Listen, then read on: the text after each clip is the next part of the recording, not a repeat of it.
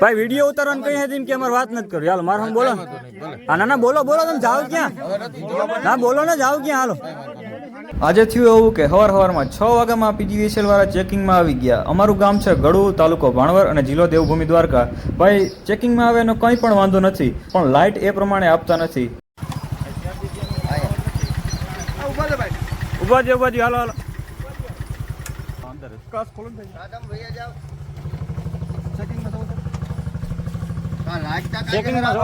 તમે ખેડૂત કોઈને પૂછ્યું, આપણે એ જ કહેવાનું થાય કે ખેડૂતને તમે પૂછ્યું લાઈટ અટાણે 3 ફેઝ છે કઈ છે?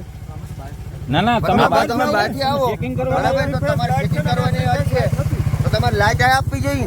મારો કહેવાનો મતલબ છે કે 3 ફેઝ લાઈટ છે અને અટાણે કા ડીમ લાઈટ છે. તો તમે કોઈ ખેડૂતને એમ પૂછો કે અટાણે લાઈટ કેટલી છે, તમને કેટલી આવે? તો તમારે આમાં હે ને ખાલી 24 કલાકમાં 3 કલાક જ લાઈટ આવે. અટાણે વાડી થોડો કુંડા પાણી નથી બરોબર. પરમદી અટાણે લાઈટ બપોરથી બંધ છે બરોબર. લાઈટ ની વ્યવસ્થા કરો. સાહેબને ફોન કરો. ફોન કરો અત્યારે.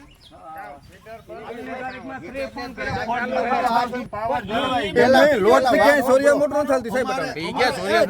સોરિયા વાળા તો લોટ પડે. મારો વાત કરો. સોરિયા વાળા ભાઈ તો લોટ પડે. ક્યાં સોરિયા નથી ચાલતી? તમને વાંચો બિલ ચેક કરાવી. ક્યાં અટાણે સોરિયા મોટર નથી ચાલતી? અટાણે બધાને કાયદેસર બરોબર. તો લોટ કેવાનો પડે?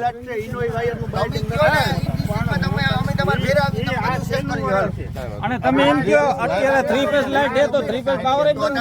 3 ફેઝ લાઈટ તો દેવી પડે ને. અટાણે ના બોલે